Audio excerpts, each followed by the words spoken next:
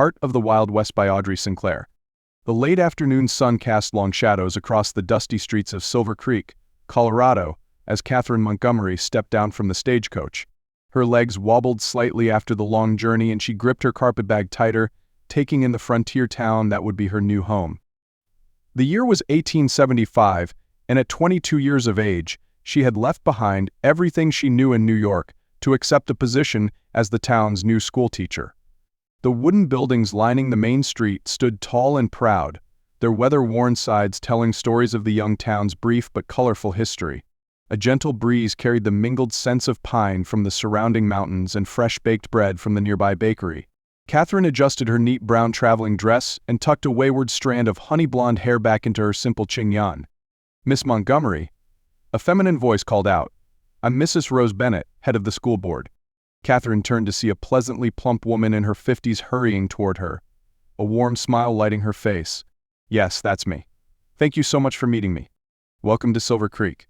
Let me help you with your things. We've prepared a room for you at the boarding house." As they walked down the wooden sidewalk, Katherine couldn't help but notice the curious glances from townspeople going about their business. She supposed a new face was still something of a novelty in a town this size.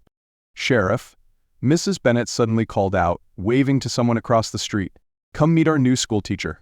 Katherine's heart skipped a beat as she turned to see the approaching figure. Sheriff Lucas Wade cut an impressive figure in his dark clothes and silver star badge, his gun belt slung low on lean hips. But it was his face that captured her attention, strong-jawed and handsome, with eyes the color of a summer storm and dark hair that curled slightly at his collar. "Welcome to Silver Creek, Miss Montgomery," he said, touching the brim of his hat. His voice was deep and pleasant, with a hint of a southern drawl. "I trust your journey wasn't too difficult." "It was quite an adventure," Katherine managed, fighting a blush as their eyes met. "Though I confess I'm glad to have finally arrived." A ghost of a smile touched his lips. "Silver Creek has a way of growing on folks. I came here meaning to stay a month. That was 5 years ago." Before Katherine could respond, a commotion erupted from the saloon down the street. The sheriff's expression changed instantly, alert and focused. "Excuse me, ladies. Duty calls." He touched his hat again and strode away, his long legs eating up the distance. "I don't mind the occasional ruckus," Mrs. Bennett said cheerfully. "The sheriff keeps good order here. Though I must say, it's a shame he hasn't found himself a wife yet. A man that handsome, with such a responsible position." Katherine pretended not to notice the older woman's meaningful glance in her direction. She had come west to teach, not to find a husband, no matter how intriguing certain local law enforcement officers might be. The next few weeks passed in a blur as Katherine settled into her new life. The schoolhouse was small but well-maintained, and her 16 pupils ranged from 6 to 15 years old. She found herself falling in love with teaching, with the town, and with the stunning beauty of the Colorado mountains. She also found herself crossing paths with Sheriff Wade more often than she might have expected in a town of Silver Creek's size. Sometimes he would tip his hat as they passed on the street. Other times he would stop to ask about her adjustment to Western life or share a bit of local news.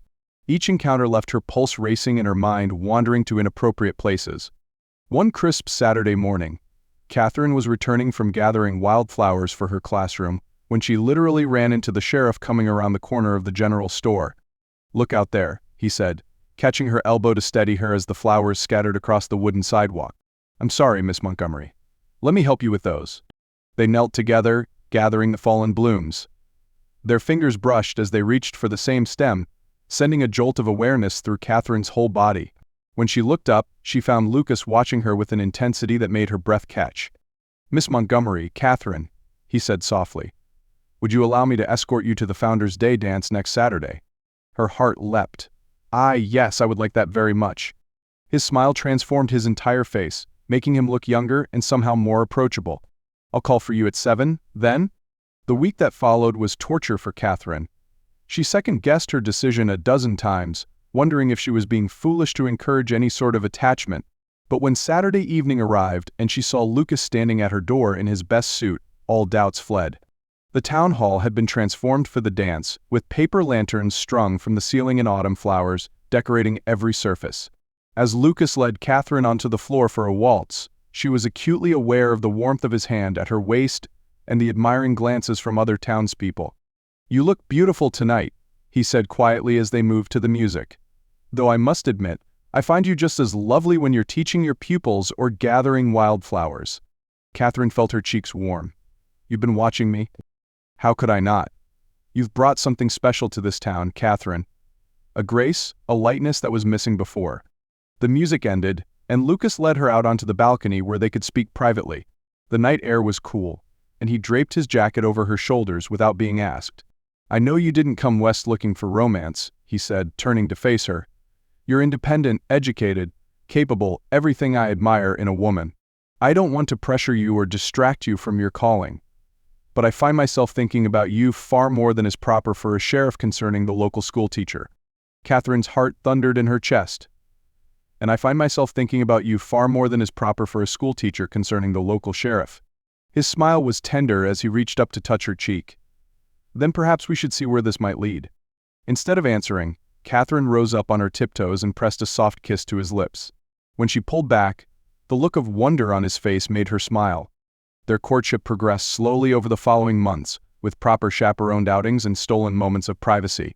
Lucas proved to be not just handsome but kind, intelligent, and possessed of a dry wit that never failed to make Katherine laugh. She learned about his past, how he'd fought for the Union in the war, then drifted west afterward, unable to settle until he found Silver Creek. He, in turn, listened to her dreams of expanding the school and starting a lending library for the town. Winter came to the mountains, bringing snow and long evenings by the fire. Katherine and Lucas would sit in Miss Bennet's parlor, playing chess or reading to each other, while their chaperone dozed in her rocking chair. Sometimes their hands would meet as they reached for the chess pieces, and the spark between them grew stronger with each passing day. It wasn't all smooth sailing, of course. There were moments of danger, like the time Lucas had to chase down a gang of cattle rustlers, returning with a bullet graze on his arm that nearly stopped Katherine's heart. There were cultural adjustments, as Katherine learned to navigate the more relaxed social rules of the frontier. And there were occasional clashes of strong wills, as two independent people learned to bend without breaking. But through it all, their love deepened and grew stronger. When spring returned to the mountains, bringing with it a riot of wildflowers and new beginnings, Lucas took Katherine back to the spot where they had first scattered flowers together. "I've been carrying this for weeks, waiting for the right moment," he said, pulling a small box from his pocket. Inside was a delicate gold ring set with a modest diamond. "I know it's not as fine as what you might have had back east." "It's perfect," Katherine interrupted, tears springing to her eyes. "You're perfect." "I'm far from perfect, darling. But I love you with everything I am, and I want to spend the rest of my life trying to be worthy of you. Katherine Montgomery, will you marry me?" "Yes," she whispered, then laughed with joy as he swept her into his arms, spinning her around right there on the main street while townspeople applauded and cheered. They were married in the town church that June, with wildflowers decorating every surface and Mrs. Bennet crying happy tears in the front pew. Katherine wore her mother's lace veil, sent all the way from New York, and Lucas looked so handsome in his new suit that she could hardly breathe. As they said their vows, Katherine thought about the journey that had brought her here. Not just the physical journey from New York to Silver Creek, but the emotional journey from a proper Eastern lady to a woman who had found her true self in the wild beauty of the West. She had come seeking independence and a chance to make a difference in young lives. She had found all that and more. She had found love. When Lucas kissed her, sealing their vows, the entire congregation burst into applause. Katherine knew that challenges lay ahead, they always did in a frontier town.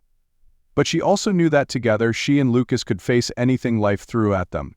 As they walked down the aisle together, man and wife at last, Katherine caught a glimpse of their reflection in the church window. The proper New York schoolteacher and the frontier lawman, an unlikely pair, perhaps, but perfect together. She squeezed Lucas's hand, and he squeezed back, both of them ready to begin their new life together in the heart of the Wild West.